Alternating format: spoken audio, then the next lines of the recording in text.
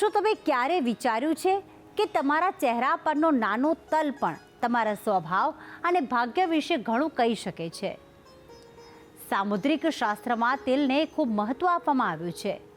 કહેવાય છે કે ચહેરા કે શરીરના અલગ અલગ ભાગ પર આવેલા તિલ વ્યક્તિના સ્વભાવ, સફળતા અને જીવનના રહસ્યો વિશે સંકેત પણ આપે છે. તો ચાલો આજે જાણીએ કે તમારા શરીર પર આવેલા તિલ શું કહે છે તમારા ભાગ્ય અને વ્યક્તિત્વ વિશે. વધુ જાણકારી આપશે ગુરુજી પ્રફુલભાઈ પંડ્યા. જજાગ્રતો દૂરમુદૈતિ દૈવં તદુષુપ્તિ છે તથૈ વૈતિ દુરંગમન જ્યોતિખાન જ્યોતિરેકંતન મે મનઃ શિવ સંકલ્પમસ્તુ. જય ભગવાન મિત્રો, હું છું પ્રફુલભાઈ પંડ્યા. ભક્તિ સંદેશ કાર્યક્રમની અંદર આપનું સ્વાગત છે. દર્શક મિત્રો, આજનો આપણો જે કાર્યક્રમ છે એ છે મુખ પર તલનો મહિમા.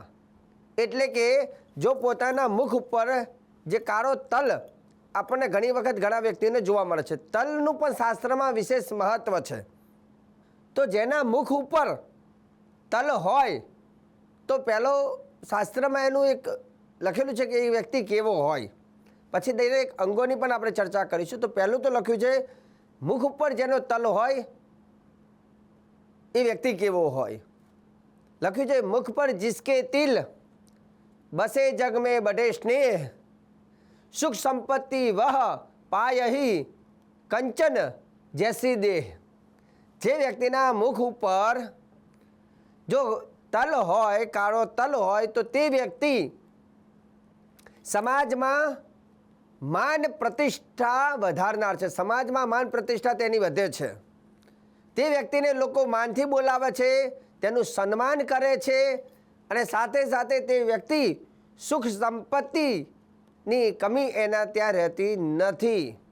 અને એનાથી આગળ વાત કર્યું કંચન જેસી દેહ, એટલે કે એનું શરીર પણ એટલું સુંદર હોય, પ્રભાવશાળી વ્યક્તિ બને છે. એટલે મુખ ઉપર જેનો તલ હોય તેવા વ્યક્તિ પ્રતિષ્ઠિત હોય છે, સમાજમાં એને માન આપતા હોય છે, સુખ સંપત્તિથી ભરપૂર હોય છે અને આકર્ષિત અને પ્રભાવશાળી એ વ્યક્તિઓ હોય છે. સામુદ્રિક શાસ્ત્રની અંદર શરીર ઉપર તલ હોય તેના અલગ અલગ ફલકથન જણાવેલા છે.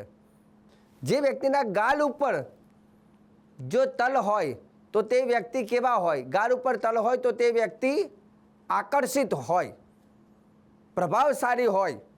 જેના ગાલ ઉપર તલ છે તો તે વ્યક્તિને લોકો ખાસ કરીને એને જોઈને અંજાઈ જતા હોય છે. મતલબ લોકો એની જોડે જતા હોય છે. એનામાં આકર્ષિત એક તાકાત હોય છે, એના પ્રભાવ સારો પડતો હોય છે. નાક ઉપર જેને તલ હોય, નાક ઉપર જેને તલ હોય તે વ્યક્તિ કેવા? તો સામુદ્રિક શાસ્ત્ર કહે છે કે જિસકે નાક ઉપર, જેના નાક ઉપર તલ છે તે વ્યક્તિ થોડું નીતિ નિયમમાં માનવાળા વ્યક્તિ હોય, નીતિ નિયમનું પાલન કરનાર. મતલબ કોઈ પણ વસ્તુમાં ઈમાનદારીથી ચાલે, નીતિ નિયમમાં ચાલે અને થોડો ગુસ્સાવાળો હોય છે, પણ હંમેશા હૃદયથી એકદમ ભોળો હોય છે. હવે વાત કરીએ જેને નાકની નીચે તલ છે અને હોઠની ઉપર જેને તલ છે. નાક નીચે અને હોઠની ઉપર જે વ્યક્તિને તલ હોય તે વ્યક્તિ કેવા હોય? તો સામુદ્રિક શાસ્ત્ર કહે છે કે તે વ્યક્તિ પ્રેમાળ હોય છે. પ્રેમાળ એ મતલબ કે પશુ પક્ષીઓ ઉપર પણ દયાવાળા હોય છે, દયા રાખનાર હોય છે. પણ આવા વ્યક્તિ પ્રેમાળ હોય છે સ્વભાવ, પણ જલ્દીથી અથવા વધારે ઝાઝા લોકોને પાછા બહુ મળતા નથી, ઓછા વ્યક્તિને મળે, પણ એ ઓછું બોલે અને કામ વધારે કરે અને થોડાક લાગણીશીલ પણ હોય છે. માથા ઉપર જેને તલ હોય તે વ્યક્તિ કેવા હોય? માથા ઉપર મતલબ મસ્તકના ભાગની અંદર કોઈને તલ હોય, કાળો તલ, તો તે વ્યક્તિ એવું કહેવાય છે કે શરૂઆતમાં બહુ જ સંઘર્ષવાળી લાઈફ હોય છે. એ લોકોને જીવનમાં દરેક વસ્તુમાં સંઘર્ષ બહુ કરવું પડે છે, પણ એવું કહેવાય છે કે અંતે એ લોકો સારું એવું ધન એકત્ર કરી શકતા હોય છે. હવે વાત કરીએ હસ્તાભ્યામ, એટલે કે હાથની અંદર કોઈને તલ હોય તો એ કેવું પરિણામ આપે છે? તો હાથમાં જેને તલ છે તે વ્યક્તિ ધનવાન બને છે, આર્થિક રીતે શુભ પરિણામ આપે છે. પરંતુ હવે હાથની અંદર તલ અને એમાંય પણ અમુક જગ્યામાં જો તલ આવી જાય તો પાછું તે ગ્રહ અશુભ પણ બને છે. જેમ કે હાથની અંદર ક્યાંય પણ તલ હોય તો શુભ પરિણામ આપે, પરંતુ અહીંયા જે આપણે ખાસ કરી અંગૂઠી પહેરતા હોય, ગુરુની અંગૂઠી પહેલી આંગળીમાં, શનિની અંગૂઠી વચ્ચેની આંગળીમાં, પછી સૂર્યની અંગૂઠી પહેરતા હોય, છેલ્લી બુધની આંગળી છે તો બુધની અંગૂઠી પહેરતા હોય, તો જે આંગળીની નીચેનો ભાગ જેને પર્વત કહેવામાં આવે છે, તો આ છે ગુરુનો પર્વત, શનિનો પર્વત, સૂર્યનો પર્વત અને બુધનો પર્વત. પછી અહીંયા જોવા જાય તો મંગળનો પર્વત આવે છે, શુક્રનો પર્વત. તો આ જ્યારે જે પર્વતની જગ્યા છે, ખાસ કરીને આ ચાર તો ખાસ, જો આ ગુરુના પર્વત ઉપર તલ હોય તો તેનો પાછો પરિણામ થોડુંક અશુભ બતાવે છે. તે વ્યક્તિનો તે ગ્રહ અશુભ બને છે. એ વ્યક્તિને ખાસ કરીને વિદ્યા અભ્યાસમાં, જો ભણતરવાળો બાળક હોય તો એને વિદ્યા અભ્યાસમાં થોડી રૂકાવટ જોવા મળે છે. ખાસ કરીને જ્ઞાન માર્ગ, મતલબ કોઈ આધ્યાત્મિક કામ કર્યા છતાંય જલ્દીથી રિઝલ્ટ એને નથી મળતું. હવે વાત કરીએ અનામિકા. અનામિકા એટલે આ છેલ્લેથી બીજી આંગળી જે છે ત્યાં કયો ગ્રહ છે? સૂર્ય. અને છેલ્લે છે કનિષ્ઠિકા છેલ્લે. તો પહેલાં તો આપણે વાત કરીએ અનામિકા, જે આંગળીથી ચાંદલો કરીએ છીએ એ આંગળીની નીચે શું આવે છે? સૂર્ય. તો જે વ્યક્તિને અનામિકાની અંદર તિલક હોય તો તે વ્યક્તિનો સૂર્ય ખરાબ હોય છે. અનામિકા એટલે છેલ્લી આંગળીથી એની આગળ અનામિકા.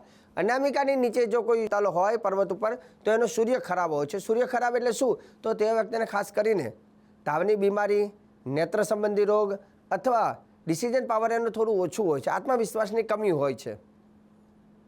એથી વાત કરીએ આગળ મધ્યમાં, એટલે વચ્ચેની જે મોટી આંગળી છે એને સંસ્કૃતમાં મધ્યમાં કહેવામાં આવે છે. મધ્યમાં આંગળીની નીચે પર્વત ઉપર જો તલ હોય પર્વતના સ્થાને તો એ વ્યક્તિનો શનિ ખરાબ હોય છે. શનિ ખરાબ હોય એટલે વ્યક્તિ થોડાક સ્વભાવે જિદ્દી બનતા હોય છે અને શરીરની અંદર વાયુની તકલીફ હોય છે, ગેસની સમસ્યાઓ એ લોકોને ખાસ હોય છે અને થોડાક મતલબ ઘડીકમાં અહીંયા અને ઘડીકમાં મતલબ થોડા ચંચળ હોય છે. છેલ્લી આંગળીમાં જો કોઈને તલ હોય તો તેનો બુધ ખરાબ હોય છે. અને બુધ ખરાબ હોય કનિષ્ઠિકામાં તો એવું કહેવાય છે કે એ વ્યક્તિને વાણી સમસ્યા અથવા બોલે તેનું વજન ના પડે. જે વ્યક્તિના પેટના સ્થાન ઉપર જો કોઈને તલ હોય તો એવું કહેવાય છે કે એ લોકો ધનવાન ચોક્કસ બને છે, પૈસે ટકે બહુ સુખી હોય છે, પણ પેટ સંબંધી સમસ્યાઓ એ લોકોને વધારે જોવા મળે છે. એનાથી આગળ વાત કરીએ તિલની, તો કે પગ. જેના પગમાં તલ છે તો પગમાં તલ હોવું મતલબ તે વ્યક્તિના પગ ક્યાંય સ્થિર ન રહેવા. પગ ક્યાંય સ્થિર ન રહેવાનો મતલબ એવો થાય કે એ લોકો ઘડીકમાં અહીંયા મતલબ દોડધામ, અને સૌથી વધારે દોડધામ કરવાવાળા, એક જગ્યા ઉપર સ્થિર ન રહેનાર વ્યક્તિ બને છે પગમાં તલ. જેમ કાળા તલનું મહત્ત્વ છે તે રીતે શાસ્ત્રની અંદર લાલ તલનું પણ મહત્ત્વ હોય છે. ઘણાને લાલ તલ પણ જોવા મળે છે. તો લાલ તલ પણ જો તમારા શરીરમાં હોય અને એમાં જો પછી બાહુના સ્થાનમાં હોય, બાહુ, તો તે વ્યક્તિ કેવા બને? તો કે પોતાના બાહુના સ્થાનની ઉપર લાલ તલ હોય તો આર્થિક રીતે એ લોકો સુખી જોવા મળે છે. પૈસે ટકે એમના ઘરે લાભ થતો હોય છે. આર્થિક લક્ષ્મીજી હંમેશા સદૈવ એમના ઉપર મહેરબાન રહેતા હોય છે. જો કાર્યક્રમ સારી રીતે તમે જોશો તો તમારા મનમાં આવતા તમામ આવા પ્રશ્નોનો જવાબ અમે તમને આપતા રહીશું. તો આજે ભક્તિ સંદેશ કાર્યક્રમની અંદર સરસ મજાની જાણકારી આપી છે અને આગળ પણ આપતો રહીશ. કાર્યક્રમ જોવાનું ચૂકતા નહીં. મને આપી દો રજા. જય ભગવાન.